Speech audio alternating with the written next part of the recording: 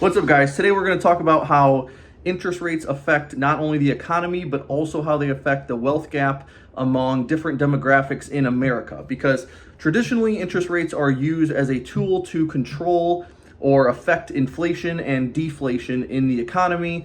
Because if interest rates go up, then borrowing money becomes more expensive. And now, if you want to buy a house or buy a car, it's more expensive, and it kind of will control the growth a little bit.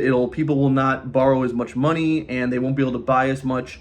So therefore, inflation should come down. And that's kind of what we've seen over the last year or so.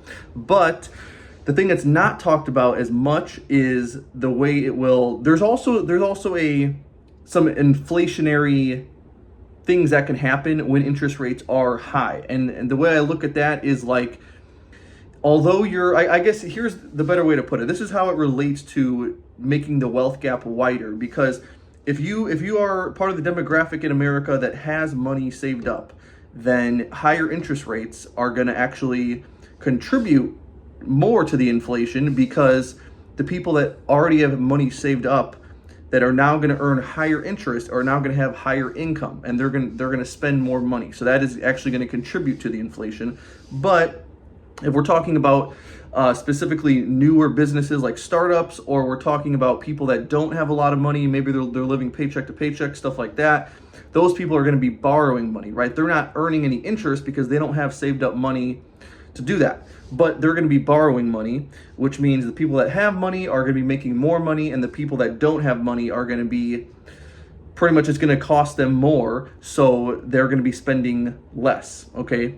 So although you have one demographic who is, it's kind of helping inflation because that demographic is going to be spending less money, you have another demographic, which is typically the older population who has more money saved up, that's going to contribute to the inflation. So that's just one way that the wealth gap widens.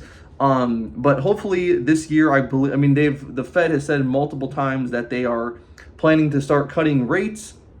I think inflation has come down quite a bit, maybe not exactly to the point they wanted. I think they wanted it around at 2%. I don't think we've gotten there yet, but it's at least much more controlled than it was in the last couple of years. But even though the Fed has said multiple times that they're going to start cutting rates, dating back, I believe, to early 2024, they were saying that.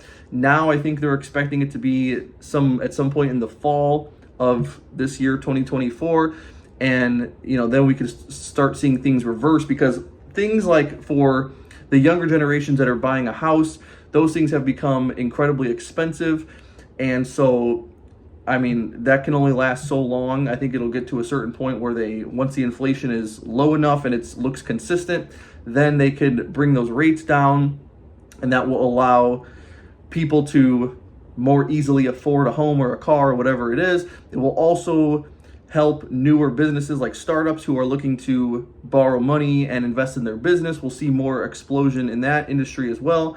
And then it also goes to the older population who, let's say they have more money saved up and they're living off of dividends or the interest income.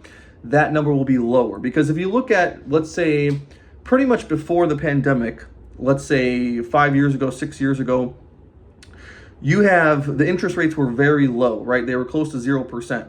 So if you had $1 million saved up, you weren't earning much money, right? You're earning practically nothing as interest. Now, if you have $1 million and you put it in, it could be a CD earning 5 or 5.5%. It could be your brokerage account like Robinhood and Fidelity, just the cash sitting in your account is earning 5%.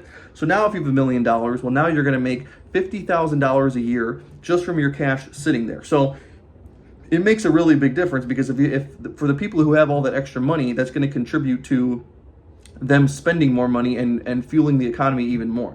So we will see what happens, but that's generally the effects that interest rates have on the wealth gap and on the economy in the United States.